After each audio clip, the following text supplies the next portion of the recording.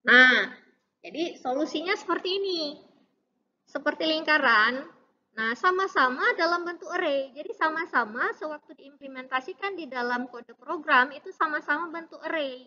Nah, tapi nanti ada caranya. Bagaimana caranya kalau udah sampai habis, sampai misalnya posisi yang terakhir, di sini masih ada kosong misalnya, yang di awal udah dihapus, nah itu masih tetap bisa masuk. Nanti kita lihat sesuai dengan codingnya itu seperti apa.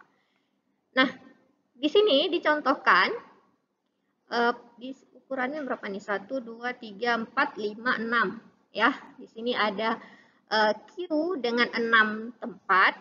Pada tempat pertama yang ditunjuk dengan variabel depan ini ada 30, tempat kedua 70, dan tempat yang ketiga itu adalah 80.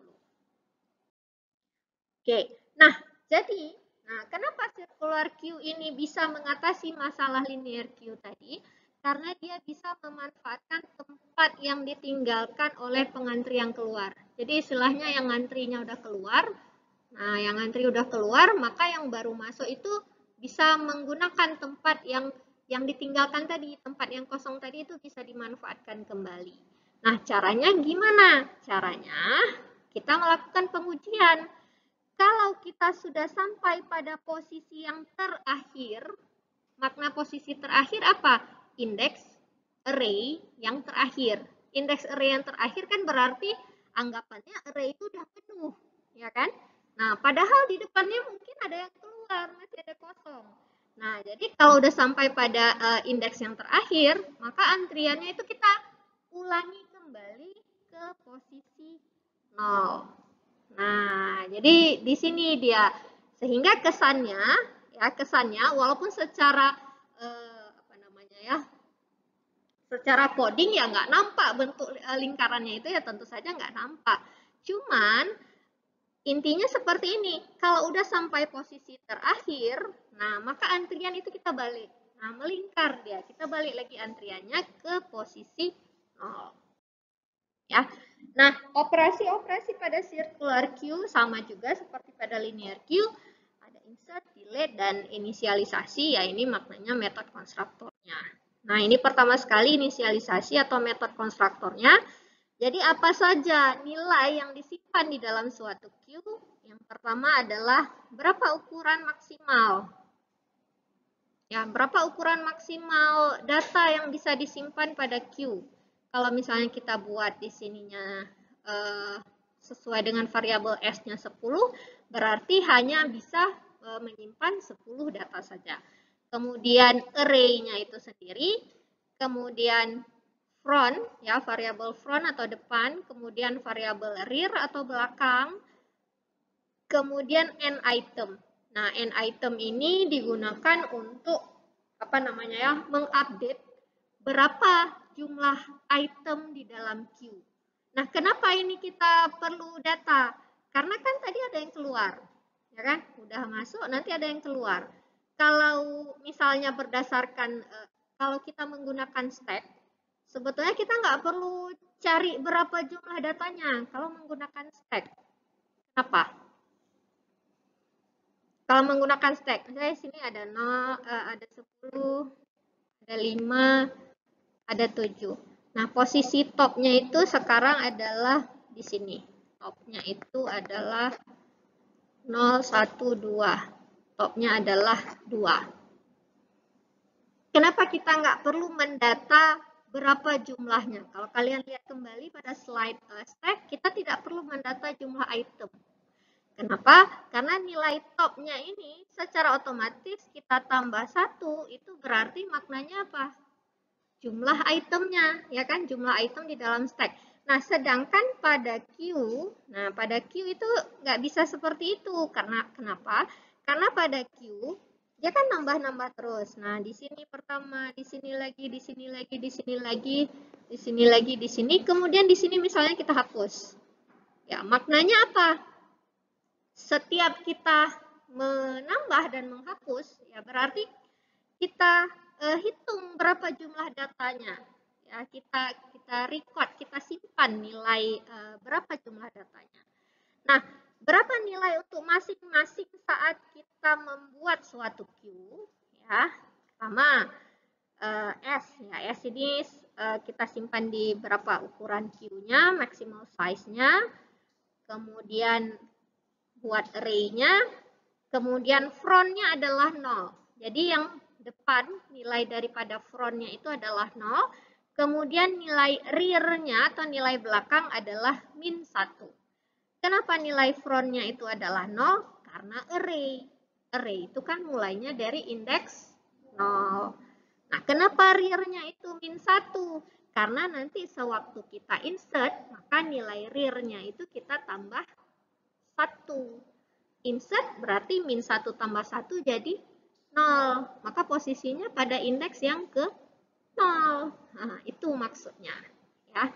Kemudian n items. N item ini berapa jumlah item? Berarti pada awalnya adalah 0. Oke. Nah, kemudian bagaimana cara kita menginsert? Nah, cara kita menginsert, jadi pastikan dulu, kalau misalnya nilai rear-nya itu, nilai belakangnya itu sama dengan nilai yang paling akhir. Nah, jadi rear-nya itu udah menuju ke sini. Nah, ini kan maknanya anggapannya array-nya itu penuh, ya kan?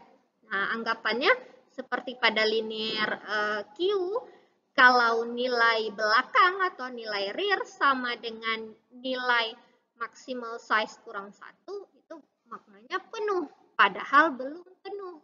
Nah, sehingga jika kita menggunakan circular Q, saat nilai rear atau nilai belakang sama dengan nilai indeks yang paling terakhir, maka nilai rear akan kita update menjadi min 1. Kenapa diupdate menjadi min 1? Kenapa diupdate jadi min 1? Kenapa? Kenapa nggak min 2 misalnya? Boleh nggak min 2? Boleh nggak?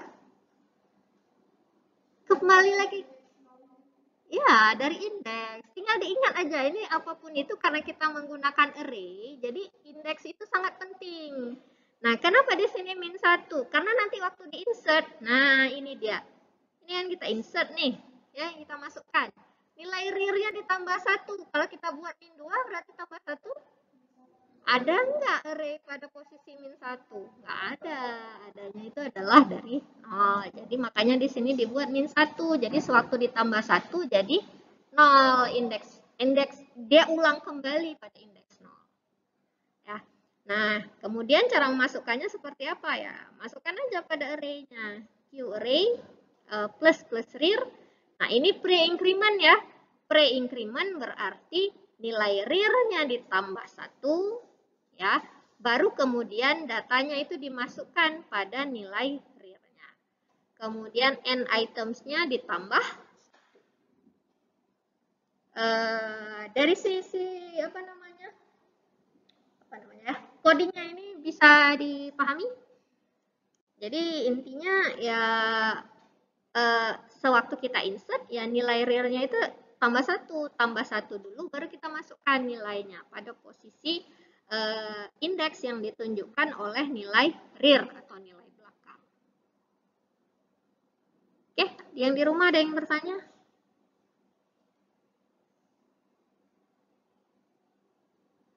Nah, sekarang saya yang bertanya, nggak ada yang bertanya, saya nanya kan?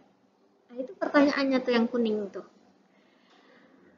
Apakah perlu kita lakukan pengecekan bahwa Q tersebut udah penuh atau belum? Q ini ada kemungkinan penuh nggak?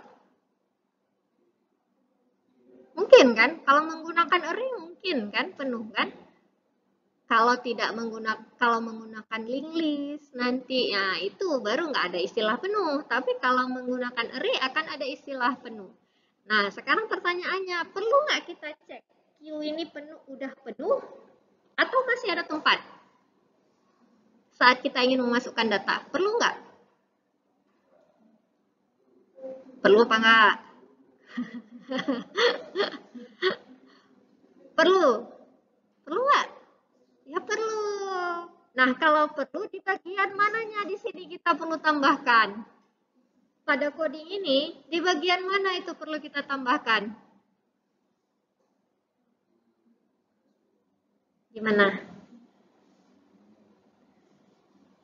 Kan pakai if, ya. Sekarang seharusnya kita tinggal nanya aja kan. Nanya dulu. If, nah, seharusnya kan di atas ini kan. Nah, if, kalau apa? Kalau Q-nya belum penuh, baru boleh kita lakukan proses insert nih. Ya kan? Nah, berarti nanti ada metode is full. Berarti nanti kita tinggal panggil aja metodenya. Metodenya if, if, nah, negasi, ya, negasi is full. Kita buat metodenya. Metode untuk mengembalikan apakah Q tadi penuh atau tidak.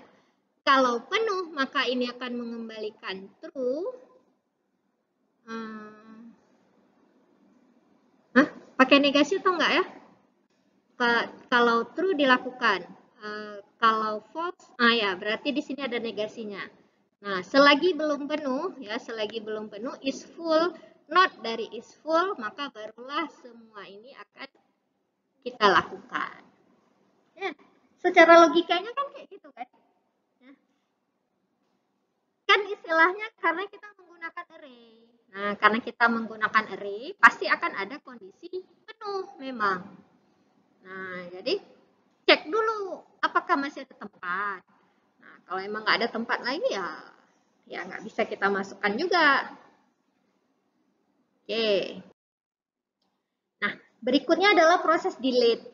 Nah, kalau tadi insert berarti nilai rear-nya itu akan tambah 1, sedangkan pada proses delete maka nilai front-nya itu yang akan berubah.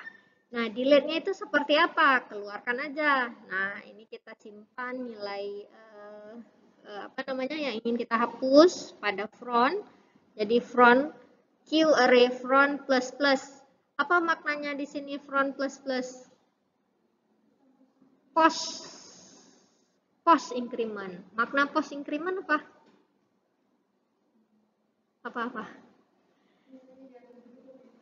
Ya, jadi nilainya diambil dulu, nilai daripada front ini diambil dulu, disimpan di temp, baru kemudian nilai front ditambah 1. Ya, jadi jangan tersilap lagi antara pre sama post. Kemudian di sini kita mengecek apakah nilai frontnya itu sama dengan maximal size. Nah, maknanya ini udah muter dia. Nah, ini kan udah dihapus. Nanti frontnya itu udah di sini. Nah, kalau frontnya udah di sini, maka kalau kondisi normalnya itu anggapannya udah penuh. Nah, padahal masih ada tempat. Ya, jadi maka nilai frontnya itu diubah, nilainya kembali ke nilai asli, nilai awalnya yaitu 0. Jadi frontnya itu diubah ke sini. Ya, jadi diubah kembali nilainya ke 0. Kemudian sewaktu kita hapus, maka jangan lupa nilai n itemnya, berapa jumlah datanya dikurang 1. Ya, dihapus berarti kita kurang 1. Kemudian kembalikan nilai yang kita hapus tadi. Dah, itu aja proses delete. Ya, seperti itu proses delete-nya. Oh, ini. Nah, sekarang sama juga dari pertanyaannya. Perlu nggak kita cek Q yang kosong saat kita melakukan remove?